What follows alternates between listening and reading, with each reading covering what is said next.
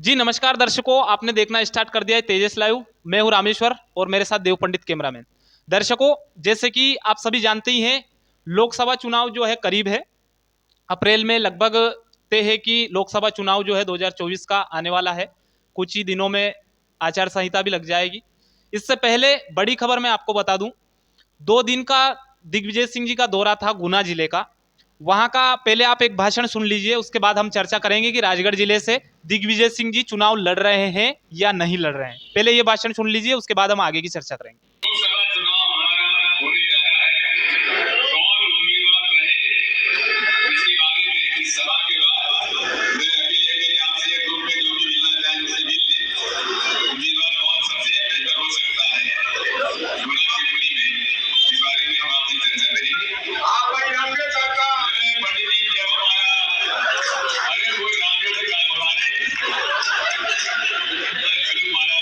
कि आपने भाषण सुन ही लिया होगा। अब मैं आपको बता देता हूं, अगर भाषण में समझ में नहीं आया हो तो। दरअसल हुआ क्या कि दिग्विजय सिंह जी, जो कि मध्य प्रदेश के पूर्व सीएम है कांग्रेस पार्टी से, वो लगातार हर क्षेत्र में लोकसभा चुनाव को लेकर लगातार अपने अपने जो कार्यकर्ता हैं हर क्षेत्र में जाकर मिल रहे हैं, उनसे चर्चा कर रहे हैं लोकसभा चुनाव को लेकर। यही चर्चा गुना जिले में उन्होंने की। तो जब वो भाषण दे रहे थे, वो कार्यकर्ताओं से बात कर रहे थे कि लोकसभा चुनाव जो है आ गया है, हम सब इसकी तैयारियां में जुट जाएं। इतने में एक आवाज आई और उनके ही कार्यकर्ता ने कहा कि हुजूर, आप ही लोकसभा का चुनाव जो है गुना से लड़ लीजिए। तो दिग्विजय सिंह जी ने उसके विषय में कहा कि मुझे राजगढ़ जिले से क्यों भगाना चाहते हो। तो आप समझ जाएं, कहीं ना कहीं उनका मन जो है राजगढ़ जिले में है कि राजगढ़ जिले से वो चुनाव लड़ सकते हैं दिग्विजय सिंह जी। अब कुछ चर्चाएं चली, उसके बाद उन्होंने कहा कि मुझे पार्टी जहां से भी टिकट देगी मैं वहां से चुनाव लड़ने के लिए तैयार हूं।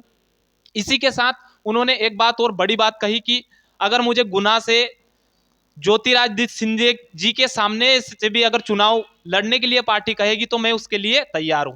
तो दरअसल बात यह थी कि दिग्विजय सिंह जी ने उनके भाषण में यह बड़ी बात कही थी कि मैं राजगढ़ जिले में हूं, मुझे राजगढ़ जिले में ही रहने दो। कार्यकर्ता ने कहा था कि आप ही गुना से हुजूर लड़ लीजिए, लेकिन कहीं ना कहीं उन्होंने कोडवर्ड में बोल दिया कि मुझे राजगढ़ जिले में ही रहने दो।